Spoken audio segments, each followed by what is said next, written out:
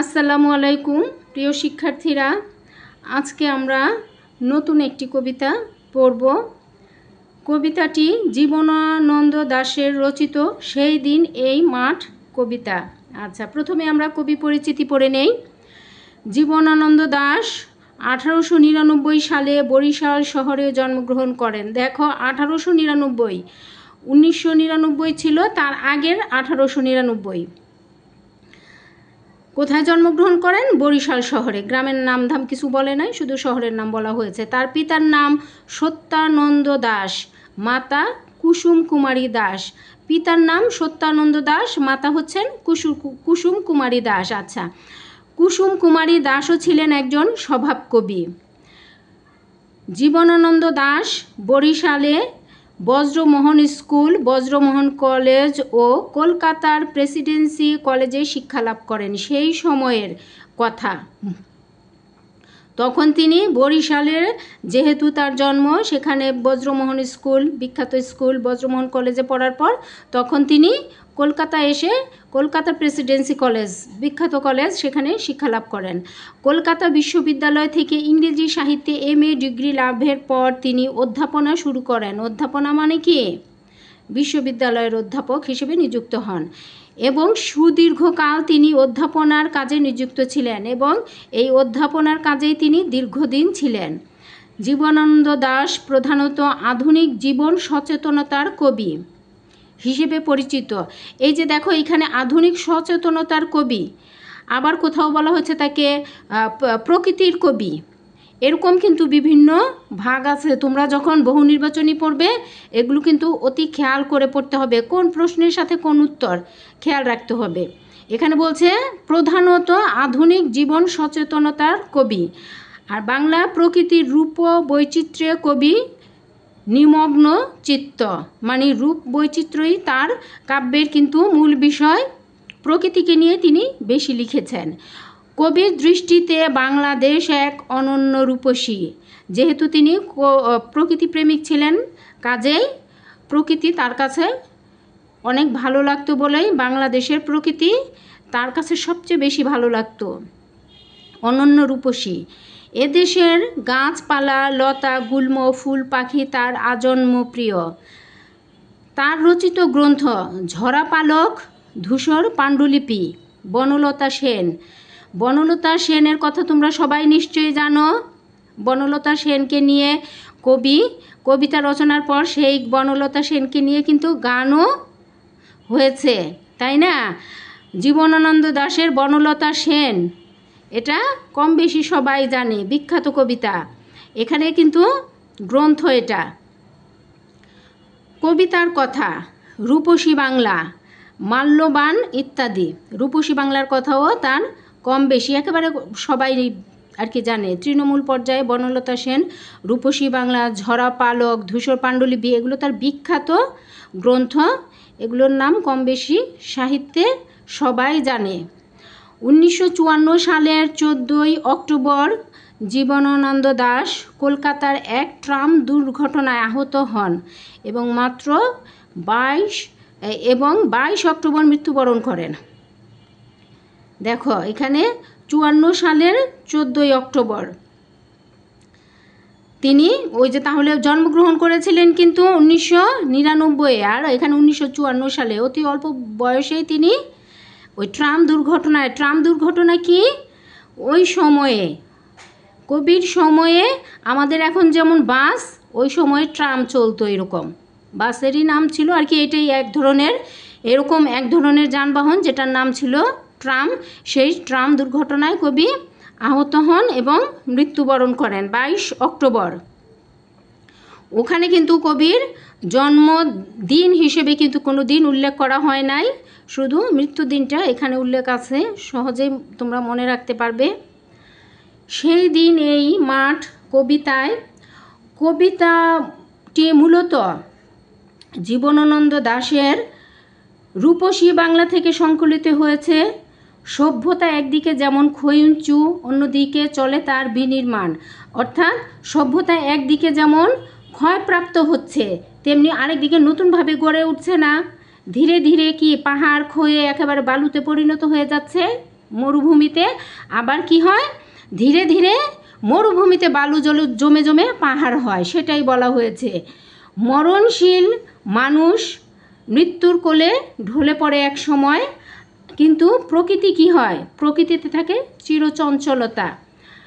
মানুষ যখন, আমি এই যে আমার কথাই বলি, দেখো এখন কোথাও যদি যেতে চাই, যেতে পারি না, বেড়াতে যেতে চাই, যে না আমার এই কাজ, আমার সেই কাজ, আমার এই ঘর, আমার এই সংসার, আমার এই স্কুল, এই সেই বলে কি আমরা কোথাও কিন্তু যেতে রাজি হই না।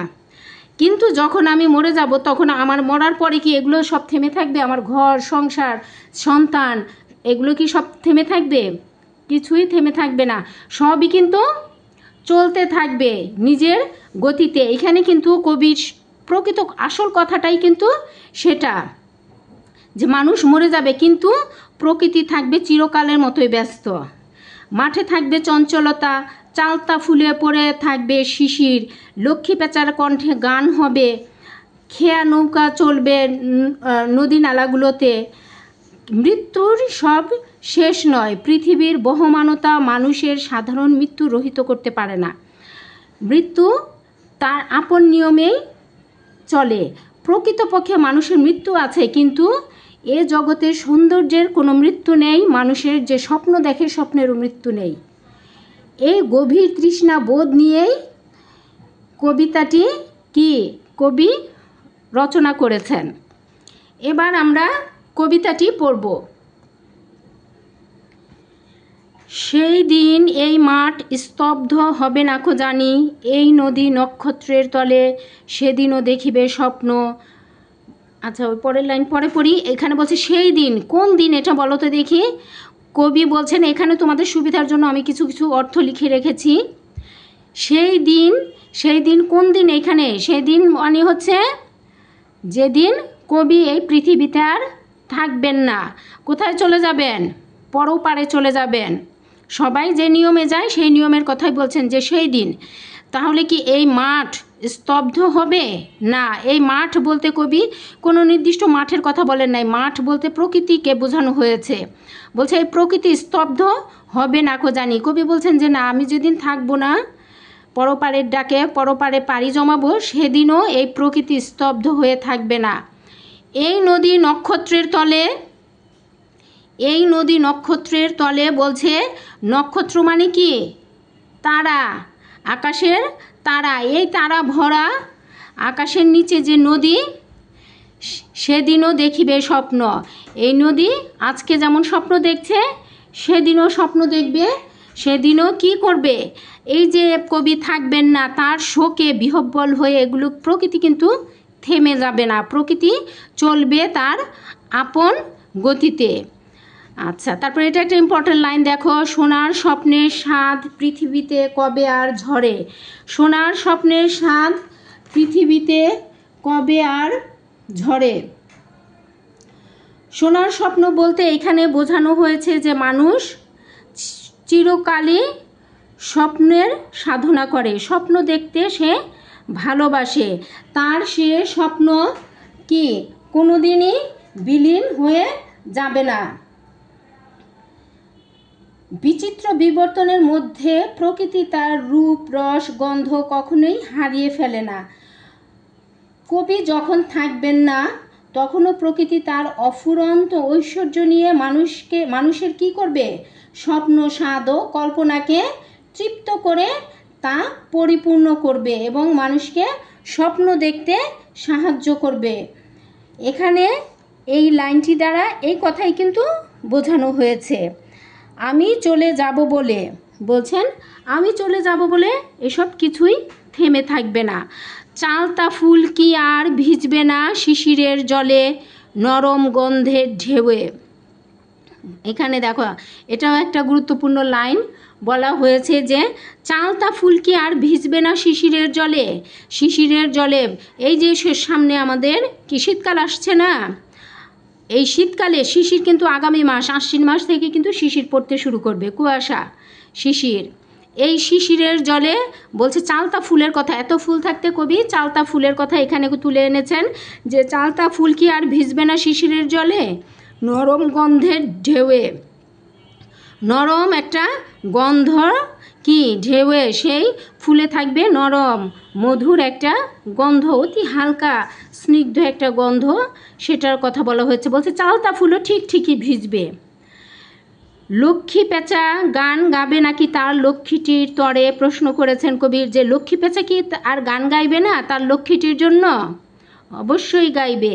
সোনার স্বপ্নের স্বাদ পৃথিবীতে কবে আর ঝরে, এই যে এই লাইনটাকে তিনি আবার বলেছেন যে সোনার স্বপ্নের স্বাদ পৃথিবীতে কবে আর ঝরে। ঝরে মানে হচ্ছে কি ঝরে পড়া, বিলীন হয়ে যাওয়া, নাই হয়ে যাওয়া। বলছে সোনার স্বপ্নের স্বাদ পৃথিবীতে কি কখনো আর ঝরে পড়ে? কখনোই না। এই যে সোনার স্বপ্ন, এই স্বপ্ন মানুষ দেখতেই থাকবে এবং প্রকৃতি তার নিয়মে চলবে এবং মানুষ তার নিয়মে স্বপ্ন দেখবে। এই স্বপ্ন কখনোই ঝরে যাবে না। হয়তো একজন দুইজন থাকবে না, একজন দুইজন কেউ হয়তো থাকবে না, পরপারে চলে যাবে, তাই বলে স্বপ্ন থেমে থাকবে না। চারিদিকে শান্ত বাতি ভিজে গন্ধ মৃদু কলরব। বলছে চারিদিকে শান্ত বাতি, বাতিগুলো যেন শান্ত হয়ে যাবে। ভিজে গন্ধ, ভিজে গন্ধ কিসের? বৃষ্টি যখন আসে, বৃষ্টির সময় তোমরা লক্ষ্য করবে বৃষ্টি হলে কিন্তু একটা মিষ্টি মিষ্টি একটা ভেজা গন্ধ আসে, সেই গন্ধের কথা বলছে। ভিজে গন্ধ, কোনো কিছু যখন প্রকৃতির নিয়মে ভিজে যায়, তো এমনি এমনি পানি দিয়ে ভিজালে কিন্তু সেরকম গন্ধ হয় না। মৃদু কলরব, একেবারে কি আস্তে আস্তে আওয়াজ। খেয়া নৌকাগুলো এসে লেগেছে চরের খুব কাছে। খেয়া নৌকা মানে খেয়া পার করে যে নৌকাগুলো, সেগুলোর কথা বলা হচ্ছে। যে নদী এপার ওপার করে সেগুলো হচ্ছে খেয়া নৌকা। খেয়া নৌকাগুলো এসে লেগেছে চরের খুব কাছে। কোথায় লেগেছে? চরের খুব কাছে এসে ভিড়েছে। পৃথিবীর এই সব গল্প বেঁচে রবে চিরকাল। পৃথিবীর এই সব গল্প কেন চিরকাল বেঁচে রবে? কারণ প্রকৃতি তার আপন রূপ রস গন্ধ নিয়ে চিরকাল প্রাণময় থাকে। প্রকৃতি কি কখনো বদলায় না। প্রকৃতির মধ্যে বিচিত্র গন্ধের আস্বাদ, মৃদুমন্দ কলরবের আনন্দ। এই যে এখানে বলছে এই যে মৃদু কলরব, তারপর বিচিত্র গন্ধের আস্বাদ। বিচিত্র গন্ধটা কি ওই যে বললাম অনেক সময় বৃষ্টি ভেজা একটা গন্ধ, সেটা দেখবে। তারপর মৃদুবন্ধ কোলাহলের আনন্দ, তার অন্তর্গত অফুরন্ত সৌন্দর্য কখনোই শেষ হয় না। এই যে প্রকৃতির সৌন্দর্য কখনোই শেষ হয় না।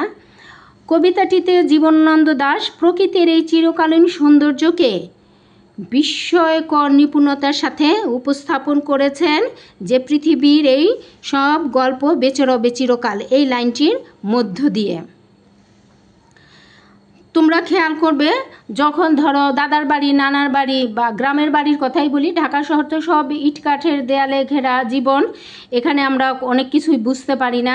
গ্রামে কেউ হয়তো দেখো, আমি বলি না, গ্রামে হয়তো কেউ পরপারের ডাকে চলে গেছেন, তোমরা শহর থেকে সেখানে গেলে, যাওয়ার পরে কি দেখবে তোমার অতি ঘনিষ্ঠজন আপনজন সে হয়তো আজকে আর নেই। সে যে বাড়িতে ছিল, যে পরিবেশে ছিল, যে গ্রামে ছিল, শুধু সেই গ্রামে কিন্তু সেই নাই, তাই না? তার যে বাড়ির পরিবেশ, গাছগাছালি, পাখপাখালি, প্রকৃতি সবই একদম হুবহু থেকে যায় না, আগে যেমন ছিল সবই কিন্তু আগের মতোই আছে।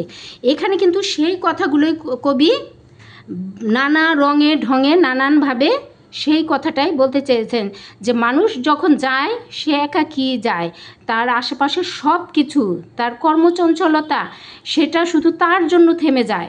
সেখানে হয়তো আরও একজন এসে বসে তার জায়গা দখল করে তার কাজ সম্পন্ন করার জন্য। কোনো কিছুই কোনো পরিবর্তন হয় না। বিশেষ করে প্রকৃতির নিয়মেই চলে। গাছে ফুল ফোটে, পাখি গান গায়। পাখি কি বুঝে বাড়ির কোনো একজন লোকের একটা হয়েছে, পরপারে চলে গিয়েছে, সে আর নেই, ফিরবে না, এরকম কিন্তু বোঝে না। পাখি তার বাড়ির গাছের পাখিও কিন্তু কিচিরমিচির ডাকে, গাছের পাতা কি বাতাসে নড়ে, সবই ঠিক থাকে, শুধু মানুষটাই থাকে না। তো কবি কিন্তু এখানে সেই আক্ষেপ থেকে বলেছেন যে আমি হয়তো একদিন থাকবো না, এটা কিন্তু মনের ভারী একটা কষ্ট, কিন্তু এই আমার আশেপাশে প্রকৃতিতে যা কিছু আছে সবই থেকে যাবে, রয়ে যাবে। আচ্ছা, তারপর শেষের লাইনটা দেখো, এশিরিয়া ধুলো আজ ব্যাবিলন ছাই হয়ে আছে। এশিরীয় ও ব্যাবিলন হলো মানুষের গড়া দুইটি সভ্যতা। এগুলো হচ্ছে মানুষের গড়া সভ্যতা। এই সভ্যতাও কিন্তু একদিন বিলীন হয়ে গেছে এবং আজকে তার কোনো খবর নাই, এগুলো এখন ধ্বংসস্তূপ ছাড়া আর কিছুই নয়। তাহলে কবিতাটি আমরা বুঝে বুঝে পড়লাম। আসো এবার আমরা এর প্রশ্ন পর্বে চলে যাই, প্রশ্ন এবং উত্তর নিয়ে আলোচনা করি। শুরু করছি বহু গুরুত্বপূর্ণ বহু নির্বাচনী প্রশ্ন। বাংলা সাহিত্যে আধুনিক জীবন চেতনার কবিকে? জীবনানন্দ দাশ। তোমরা বলতে পারো যে এটা এখানে একটা প্রশ্ন একটা উত্তর, বহু নির্বাচনী হলো কি করে? এরকম একটা প্রশ্নের সাথে যদি তোমরা একটা উত্তর পড়ো তাহলে কিন্তু সেটা তোমাদের জন্য কি মনে রাখার সুবিধা হবে, এজন্যই আমি এরকম একটা প্রশ্নে একটা উত্তর নিয়ে এসেছি। আচ্ছা, কবি স্বপ্নকে কিসের সাথে তুলনা করেছেন? সোনার সাথে। লক্ষ্মী পেঁচা কি করবে লক্ষ্মীটির তরে? গান গাবে। কবি শিশিরের জলে কোন ফুল ভেজার কথা বলেছেন? চালতা ফুল। সেই দিন এই মাঠ কবিতার বক্তব্য অনুসারে কোনটির মৃত্যু নেই? স্বপ্নের। পৃথিবীর এইসব গল্প বেঁচে রবে চিরকাল বলতে কবি কি বুঝিয়েছেন? প্রকৃতির অবিনশ্বরতা। কবির মতে নদী স্বপ্ন দেখবে কোথায় বসে? নক্ষত্রের তলে। শিশিরের জলে চালতা ফুলের সৌন্দর্য কী রকম? রহস্যময়। চরের খুব কাছে কি এসে লেগেছে? খেয়া নৌকা। ঘুইঞ্চু সভ্যতার অপর দিকে কি চলে? বিনির্মাণ। মানে সভ্যতা একদিকে ক্ষয় হয়ে যাচ্ছে, আরেকদিকে বিনির্মাণ মানে নতুনভাবে তৈরি হচ্ছে। চিরকালের ব্যস্ততা কোথায় থাকে? প্রকৃতিতে। অর্থাৎ প্রকৃতি কখনো থেমে থাকে না, আপন গতিতে চলতে থাকে। মঙ্গল বার্তা কার কণ্ঠে ধ্বনিত হয়? লক্ষ্মী পেঁচার কণ্ঠে মঙ্গল বার্তা ধ্বনিত হয়। জীবনানন্দ দাশ কত খ্রিস্টাব্দে জন্মগ্রহণ করেন? 1899 খ্রিস্টাব্দে, কিন্তু তার কিন্তু জন্মের কোনো তারিখ এখানে বলা হয়নি নির্দিষ্ট করে। জীবনানন্দ দাশকে কিসের কবি বলা হয়? প্রকৃতির কবি। দেখো কিসের কবি? প্রকৃতির কবি। সেম আরেকটা প্রশ্ন, জীবনানন্দ দাশ কোন চেতনার কবি? যখনই চেতনা আসবে আধুনিক জীবন চেতনার কবি। শেষ হলো বহু নির্বাচনী প্রশ্ন। এবার আমরা সৃজনশীল প্রশ্ন এবং বোর্ড গুরুত্বপূর্ণ প্রশ্ন নিয়ে আলোচনা করব। এবার আমরা প্রশ্ন না কিছু বিষয়, যে বিষয়ের উপর ধারণা যদি তোমার সম্পূর্ণ থাকে, ক্লিয়ার থাকে, তাহলে যে কোনো জায়গা থেকে যে কোনোভাবে ঘুরিয়ে পেঁচিয়ে প্রশ্ন আসুক সেখান থেকে তুমি উত্তর করতে পারবে। সেরকম কিছু বিষয় নিয়ে আলোচনা করব। দেখো, মানুষ ও সভ্যতার নশ্বরতা সম্পর্কে ধারণা, এই ধারণা যদি নিয়ে যাও, এর ওপর প্রশ্ন হয়েছে। দেখো, রাজশাহী বোর্ড 2023, যশোর বোর্ড 2023। এখানে মানুষ ও সভ্যতার নশ্বরতা এই সম্পর্কে ধারণা। আচ্ছা, দ্বিতীয় নাম্বার হচ্ছে মানুষের নশ্বরতার বিপরীতে প্রকৃতিতে চিরন্তন ধারণা। নশ্বরতার বিপরীতেও মানুষের কি ধারণা থাকে, সেই ধারণাগুলো কি করব আমরা? সে ধারণাগুলো জানবো, তাহলে আমরা প্রশ্নের উত্তর অতি সহজেই লিখতে পারবো। এগুলো দেখো প্রশ্ন হিসেবে আসছে Dinajpur board 2022, Comilla board 2022, Jessore board 2022, Barisal board 2022। দেখেছ? আচ্ছা, তারপরে প্রশ্ন, প্রকৃতির সৌন্দর্য ও মানুষের সৌন্দর্য পিপাসু সত্তার চিরন্তনতার ব্যাখ্যা। প্রকৃতির সৌন্দর্য মানুষের সৌন্দর্য পিপাসু সত্তার চিরন্তন ব্যাখ্যা, এ সম্বন্ধে প্রশ্ন এসেছে ঢাকা বোর্ড 2023 এবং রাজশাহী বোর্ড 2023। কাজেই এই বিষয়গুলো আমাদের জন্য ইম্পর্টেন্ট, আমরা একটু আলোচনা করি। মানুষ ও সভ্যতার নশ্বরতা সম্পর্কে ধারণা। মানুষ কি? অবশ্যই নশ্বর। মানুষ সারা জীবন এই পৃথিবীতে টিকে থাকতে পারে না। সে যত বড় মাপের মানুষ বা সে যত খ্যাতিমান ডাক্তার কবিরাজি হোক না কেন, মানুষের একদিন পরপারের ডাক আসবে এবং পরপারের ডাকে তাকে পরপারে চলেই যেতে হবে এই পৃথিবী ছেড়ে। তেমনি সভ্যতাও নশ্বর। সভ্যতাও আমাদের এই যুগের আগে অনেক অনেক সভ্যতা, অনেক বড় বড় সভ্যতা সেগুলো কি হয়ে গিয়েছে, গুড়িয়ে গিয়েছে, সভ্যতা সেগুলো ধ্বংসপ্রাপ্ত হয়েছে। আমাদের এখানে দুইটা সভ্যতার কথা বলা হয়েছে, সেই দুইটা সভ্যতা কি হয়েছে, বিলীন হয়ে গিয়েছে, ধ্বংসস্তূপে পরিণত হয়েছে।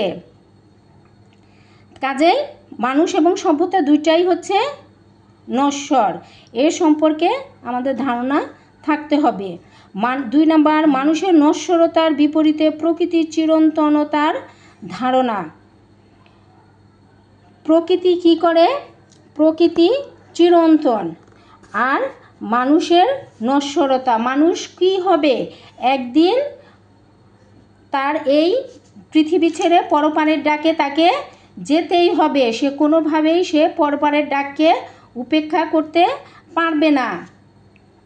কিন্তু পৃথিবীতে প্রকৃতি সবসময় চিরজাগরুক, প্রকৃতির কি করবে, সবসময়ই তার প্রকৃতির যে রূপ, রস, গন্ধ এগুলো মানুষের মধ্যে বিলিয়ে দিবে এবং মানুষকে প্রাণময় করে রাখবে। প্রকৃতির মধ্যে কি পাই আমরা, অফুরান সৌন্দর্য, এবং এই সৌন্দর্য কিন্তু কখনোই শেষ হয়ে যায় না।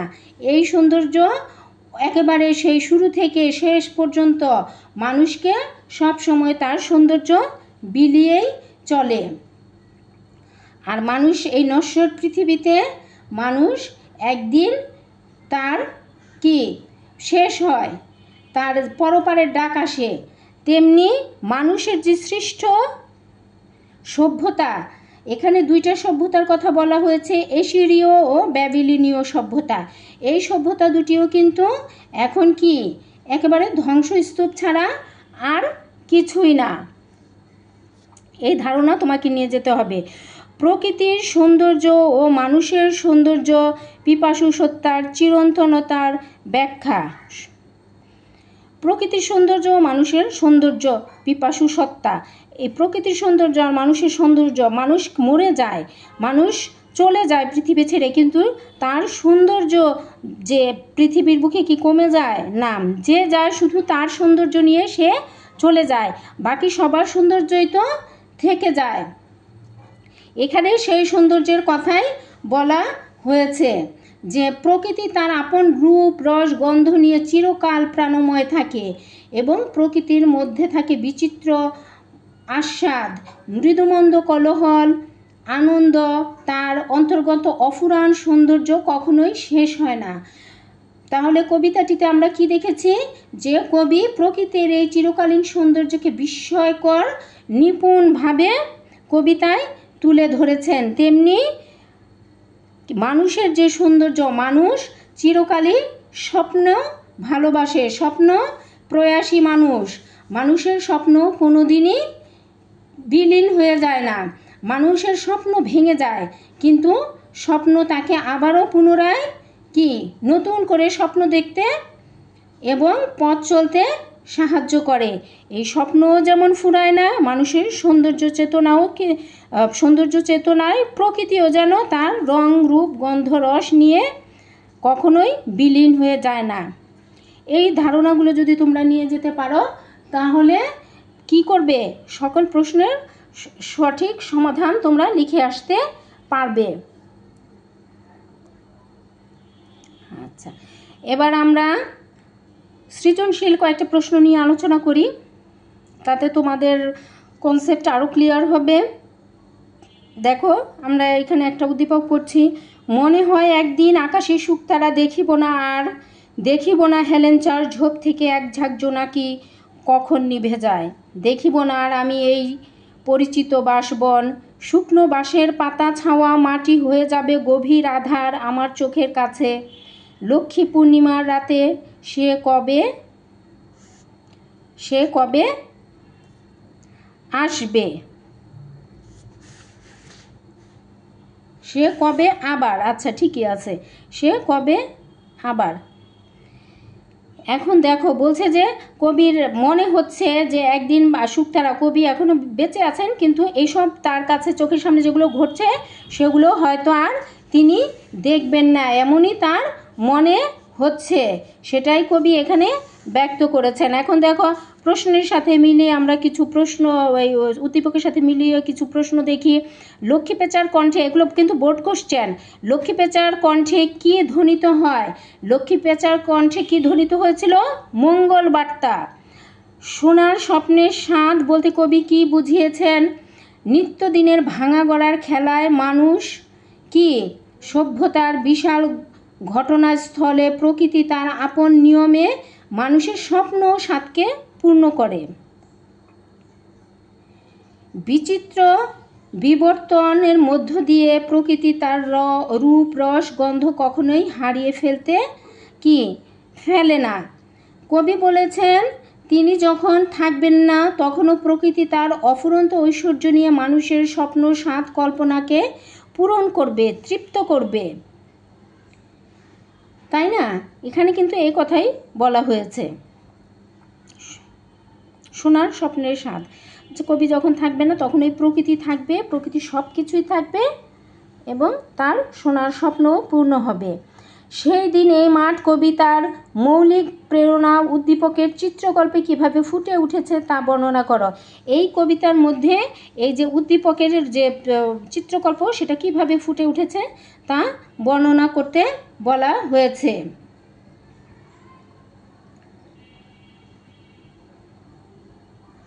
সেদিন এই মাঠ কবিতায় কবি তার কি করেছেন? প্রকৃতির রহস্যময় সৌন্দর্যকে ফুটিয়ে তুলেছেন। সেই দিন এই মাঠ কবিতায় চিরকালীন প্রবাহমান সৌন্দর্যের, প্রকৃতির সৌন্দর্যের কথা বলা হয়েছে। সময়ের বিবর্তনের সাথে সাথে অনেক কিছু ধ্বংস হয়ে গেলেও প্রকৃতি থাকবে তার নিয়মে অবিচল। সেখানে ভাঙা গড়ার খেলা চললেও প্রকৃতি তার নিয়মের ব্যতিক্রম ঘটবে না। এবং উদ্দীপকে যে বলা হয়েছে যে এই চিত্রকল্প অঙ্কিত হয়েছে সেটা আমরা দেখি। সেখানে কবি তার চিরপরিচিত বাঁশবন, সন্ধ্যায় হেলেঞ্চার বন, জোনাকি পোকা জ্বলে ওঠা নিভে যাওয়া, লক্ষ্মী পূর্ণিমার রাতে জ্যোৎস্নার আলোতে কি চিত্রকল্প উপস্থাপন করেছেন কবি। একইভাবে সেই দিন ফুলের উপর শিশির ঝরে পড়া, লক্ষ্মী পেঁচার গান, নদীর চরে বেড়ানো, খেয়া নৌকার চিত্রগুলা দেখা, প্রকৃতির শান্ত কোমল রূপ কবিতার উদ্দীপকের মাঝে এখানে ফুটে উঠেছে। তাই কবি বলছেন যে উদ্দীপকের এবং কবিতার যেটা বলেছেন এবং উদ্দীপকে সেটা যেন সত্যিকার অর্থে কি সাদৃশ্য আছে এবং একই চিত্রকল্প ফুটে উঠেছে। আচ্ছা, উদ্দীপকও সেই দিন এই মাঠ কবিতার উভয় ক্ষেত্রেই কবির জীবন তৃষ্ণাকে অভিন্ন বলা যায় কি? তোমার উত্তরের সপক্ষে যুক্তি দাও যে এই চিত্রকল্পকে এবং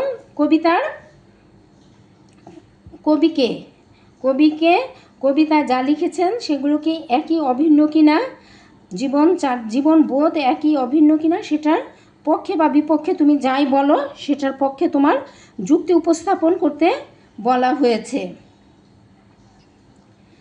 এখানে উদ্দীপকের যে মনোভাব সেটা যেন সেই দিন এই মাঠ কবিতারই রূপ প্রকাশিত হয়েছে। সেই দিন এই মাঠ কবিতায় কবি প্রকৃতির প্রবাহমানতা, প্রকৃতির যে অবিনশ্বর সে কথা বলেছেন। এবং এক সময় মানুষ কি করে? মৃত্যুর কোলে ঢলে পড়ে, পরপারের ডাকে সে পরপারে চলে যায়। কিন্তু প্রকৃতি তার স্বাভাবিক ছন্দেই গতিশীল থাকে। সময়ের সাথে সাথে মানব সৃষ্ট সভ্যতাও কিন্তু এক সময় ধ্বংস হয়ে যায়, কিন্তু প্রকৃতির সৌন্দর্যের কোনো ক্ষতি হয় না। কবিতায় তো কবি এগুলোই বুঝিয়েছেন। আর অপরদিকে উদ্দীপকের কবি প্রকৃতিকে সৌন্দর্যের মাঝেও তার মৃত্যুর কথা ভেবে দুঃখ করেছেন। এই যে দুঃখ প্রকাশ করেছেন না, যে সেই দুঃখ সেদিন পৃথিবীর অনিন্দ সুন্দর রূপ দেখতে পাবে না কবি, এজন্য তার আক্ষেপও হয়েছেন। তার তারপর চির পরিচিত বাঁশবন, হেলেঞ্চার ঝোপ, জোনাকির জ্বলে ওঠা নিভে যাওয়া, লক্ষ্মী পূর্ণিমার রাতে জ্যোৎস্না, এসব কিছু তিনি হয়তো আর দেখবেন না। এর মূলে কি রয়েছে? কবির মৃত্যু চেতনা, যে না আমি তো একদিন মরে যাব, তখন কি হবে, আমার তো এগুলো আর দেখা হবে না। এখন সেই দিন এই মাঠ কবিতায় আমরা 2-4টা বলে নিলাম, এবার আমরা 2টা মিলিয়ে বলবো। সেই দিন এই মাঠ কবিতায় মানব সভ্যতার ধ্বংস হলেও আবার কি বিপরীতে মানব সভ্যতা আবার নতুন করে গড়ে ওঠে। একটা সভ্যতা ধ্বংস হয়ে গিয়েছে বলে কি আর সভ্যতার সৃষ্টির কি চিন্তা ভাবনা হয় না? অবশ্যই হয়। আরও ভালোভাবে সুন্দর নতুন করে সভ্যতার নির্মাণের কাজ শুরু হয়ে যায়। প্রকৃতি তার আপন নিয়মে সৌন্দর্য নিয়ে এগিয়ে চলে। স্বাভাবিক কল্পনা ও স্বাদ মানুষের পূর্ণতা পায় প্রকৃতির মাধ্যমেই। একইভাবে উদ্দীপকের মূলভাবেও প্রকৃতির চিরকালীন বঞ্চিত হওয়ার আক্ষেপ জীবনের প্রতি ভালোবাসাকেই নির্দেশ করে। সেদিকে বিবেচনায় মন্তব্যটি যথার্থ হয়েছে। আচ্ছা, প্রকৃতির প্রতি আকর্ষণ থেকে একদিন বিদায় নিয়ে চলে যেতে হবে, সে আক্ষেপই উদ্দীপক এবং সেই দিন এই মাঠ কবিতায় বর্ণিত হয়েছে। কাজেই এই দুইটি কি সাদৃশ্য রয়েছে এবং উদ্দীপকও সেই দিন এই মাঠ কবিতার উভয় ক্ষেত্রে কবির জীবন তৃষ্ণাকে অভিন্ন বলা যায়। এই কবিও বলছেন যে আমি একদিন কি হয়ে যাব, থাকবো না, তখন সবই থাকবে। উদ্দীপকের কবিও বলছেন আমি একদিন থাকবো না, কিন্তু সবই থাকবে।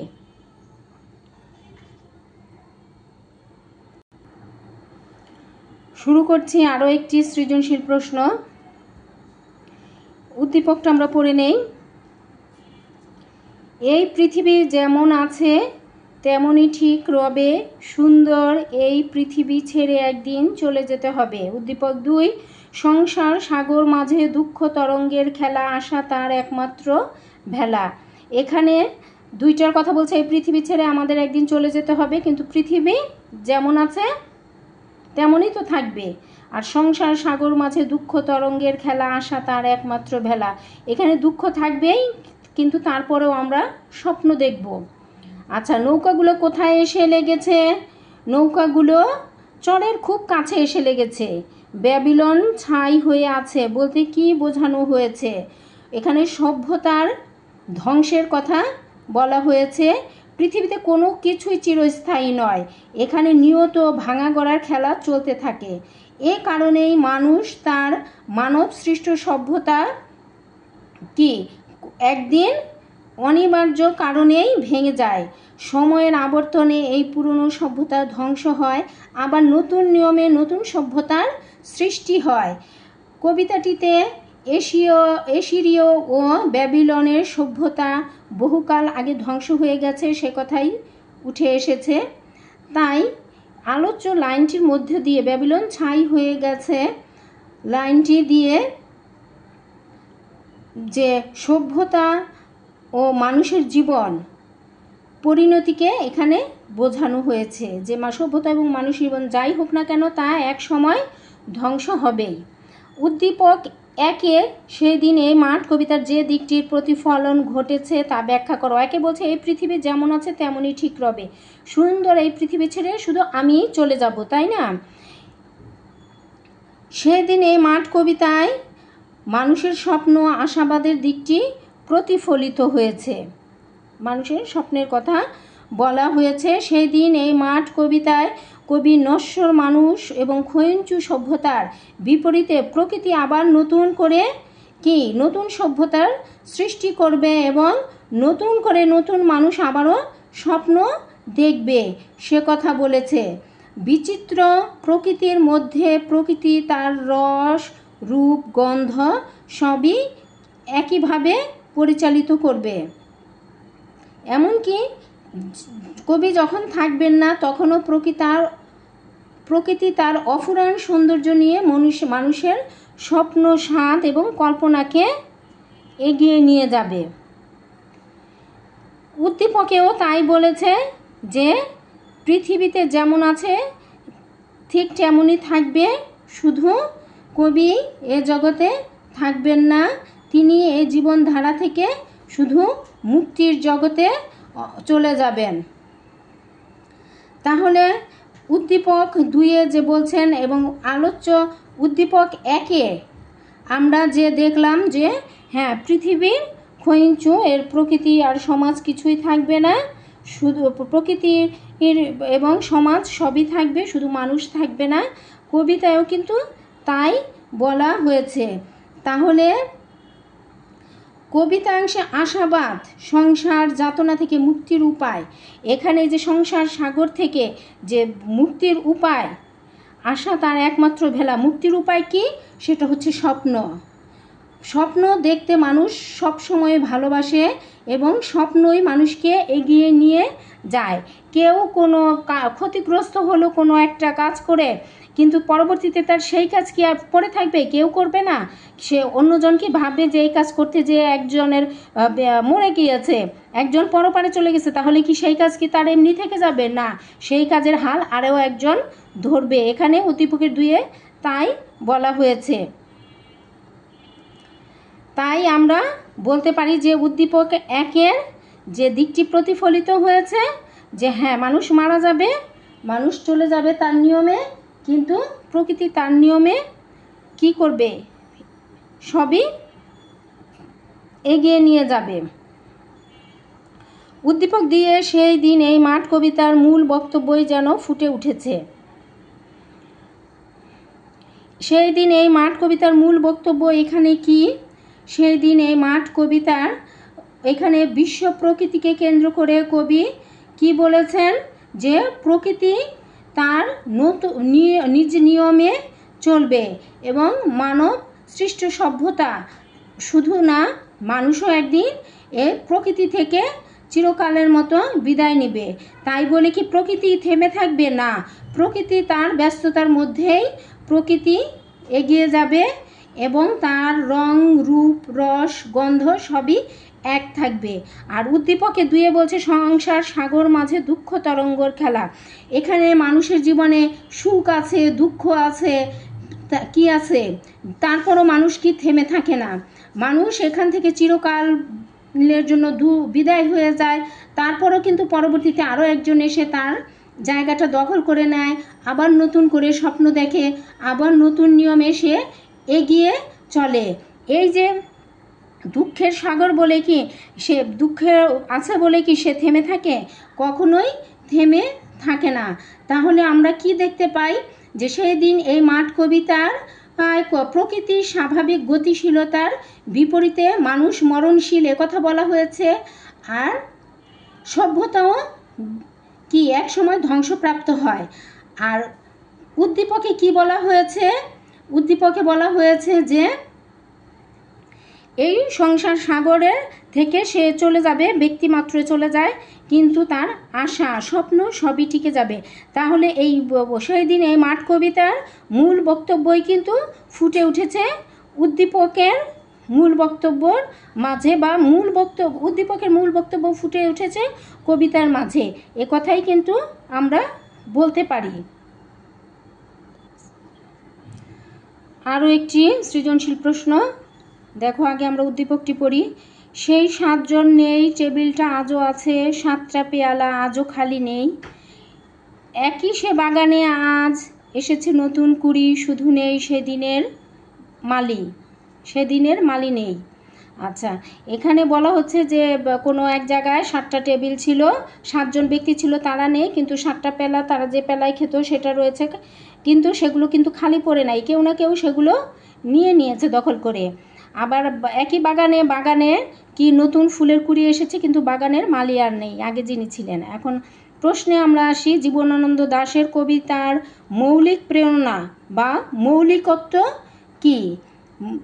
জীবনানন্দ দাশের কবিতার মৌলিক প্রেরণা হচ্ছে প্রকৃতির রহস্যময় সৌন্দর্য। পৃথিবীর এইসব গল্প বেঁচে রবে চিরকাল বলতে কি বোঝানো হয়েছে? পৃথিবীর এইসব গল্প কোন গল্পগুলো? এই লাইনটি দিয়ে কিন্তু পৃথিবীর চিরবাস্তবতার, প্রকৃতির যে চিরবাস্তবতা সেটাকে বোঝানো হয়েছে। প্রকৃতিতে কি রয়েছে? প্রাণের অস্তিত্ব চিরদিনই থাকে। এই যে প্রকৃতির গল্প, রস, রূপ, গন্ধ সব সময় একই রকম থাকে। প্রকৃতির আবর্তনে এই সেটা এক এক সময় এক এক রকম হলেও তার যে নিজস্ব স্বকীয়তা সেখানে কিন্তু কোনো পরিবর্তন নাই। জীবন বা প্রকৃতির সেই সৌন্দর্যের পৃথিবীতে বেঁচে থাকা চিরকালের গল্প মানুষ জানে। ব্যক্তি মানুষ একদিন পৃথিবী থেকে বিদায় নেয়। মানুষের গড়া সভ্যতাও একদিন কি হয়, ধ্বংসপ্রাপ্ত হয়, আবার নতুন সভ্যতা গড়ে ওঠে। কিন্তু প্রকৃতির নানা অনুষঙ্গ রহস্যময় সৌন্দর্য কি করে মানুষের স্বপ্ন সাতকে পূরণ করে এবং নতুন করে স্বপ্ন দেখতে শিখায়। এই লাইনটি দিয়ে কিন্তু এ কথাই বলা হয়েছে। উদ্দীপকের সেই দিন এই মাঠ কবিতার যে দিক প্রতিফলিত হয়েছে তা ব্যাখ্যা করো। বলছে এই কবিতার যে সাইডটা দিকটা এটার মধ্যে প্রতিফলিত হয়েছে সেটাকে ব্যাখ্যা করতে বলা হয়েছে। সেই দিন এই মাঠ কবিতা কি মূলত মানুষের জীবনের শেষ নশ্বরতার কথা বলা হয়েছে।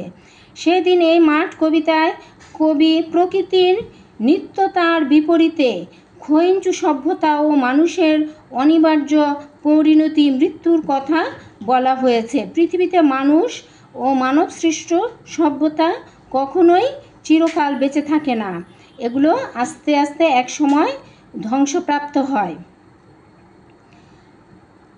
আর উদ্দীপকেও কি বলা হয়েছে যে সেখানে দেখা গেছে এক সময় একটা টেবিলে 7টা পেয়ালায় চুমুক দিয়ে খেতে বসতো, আড্ডা করতো, গল্প করতো। এইভাবে তারা আজ আর সেখানে উপস্থিত নেই। সেই দিন এই মাঠ কবিতায় প্রকৃতির রূপটি তুলে ধরে এর বিপরীতে যে মানুষের জীবন বাস্তবতাকে তুলে ধরেছেন সেটাই ফুটে উঠেছে। কবিতাটিতে কবি দেখিয়েছেন সময়ের বিবর্তনে প্রকৃতির ব্যস্ততা বিরাজ করলেও ব্যক্তি মানুষ কি এক সময় মৃত্যুর কোলে ঢলে পড়ে, অর্থাৎ ব্যক্তি মানুষ মরণশীল এবং সভ্যতাও কি ধ্বংসপ্রাপ্ত, এ কথাই এখানে বোঝানো হয়েছে।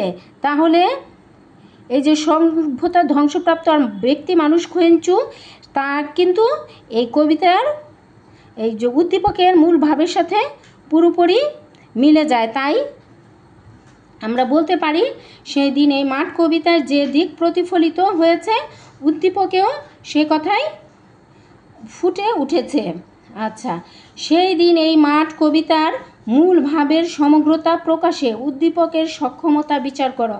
এই যে এই কবিতার মূল ভাব, সেই দিন এই মাঠ কবিতার যে মূল ভাব উদ্দীপকের সক্ষমতা কতটুকু সেটাকে তোমার বিচার করতে হবে।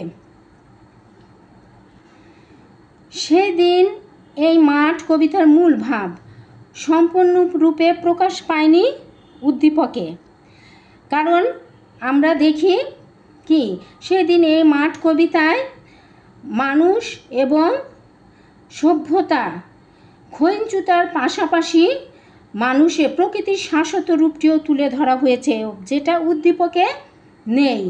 মানুষ মরণশীল এবং সভ্যতাও ধ্বংসপ্রাপ্ত। তারপরে মাঠে থাকে চঞ্চলতা, চালতা ফুলের উপর ঝরে পড়ে শীতের শিশির, লক্ষ্মী পেঁচার কণ্ঠে ধ্বনিত হয় মঙ্গল বার্তা।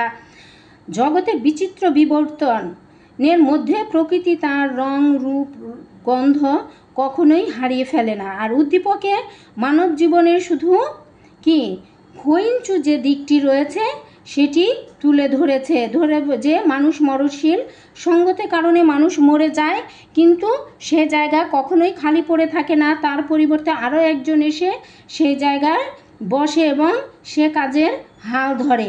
কাজেই আমরা দেখতে পাচ্ছি যে উদ্দীপকের কবিতা উল্লিখিত প্রকৃতির শাশ্বত রূপ মানব সৃষ্ট সভ্যতার পরিণতি উঠে আসলেও সেখানে আলোচ্য কবিতার যে প্রকৃতির বার্তা, সহজ সরল প্রাণবন্ত প্রকৃতির যে সত্য, চিরন্তন সত্যরূপ, সেটা কিন্তু ফুটে ওঠেনি। তাই আমরা বলতে পারি যে সেই দিন এই মাঠ কবিতার খঞ্চু রূপটি পাশাপাশি প্রকৃতির চিরন্তন বহমনতার চিত্র ফুটে উঠলেও তা সংক্ষিপ্ত রূপে ফুটে উঠেছে এবং উদ্দীপকে তা অনুপস্থিত। সে বিবেচনায় উদ্দীপকটি আলোচ্য কবিতার সম্পূর্ণ ভাব ধারণ করতে ব্যর্থ হয়েছে। আমরা অনেকগুলো বহু নির্বাচনী, সৃজনশীল এবং কবিতাটি সহজ ভাষায় ভেঙে ভেঙে বুঝে বুঝে পড়লাম। তোমরা যদি এভাবে ভালো করে বুঝে বুঝে পড়ো তাহলে দেখবে কবিতাটি থেকে কবিতার যেখান থেকে প্রশ্ন যেভাবে ঘুরিয়ে ফিরিয়ে আসুক তোমরা সঠিক উত্তর করতে পারবে এবং পরীক্ষায় ভালো নম্বর পাবে। আশা করি সবাই পড়া ভালোভাবে বুঝতে পেরেছো। সবাইকে ধন্যবাদ।